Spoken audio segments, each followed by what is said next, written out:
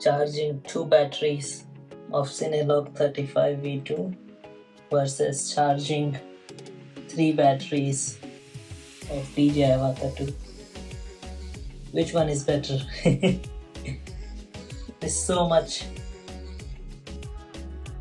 mess here to charge just 2 batteries for Cinelog35V2, and each batteries will last 6-7 minutes maximum, whereas the batteries for Avata2, you just need a USB-C cable and it charges itself, and each battery will last like 15 to 16 minutes. And here you have to set up the volts as per your mAh of the battery.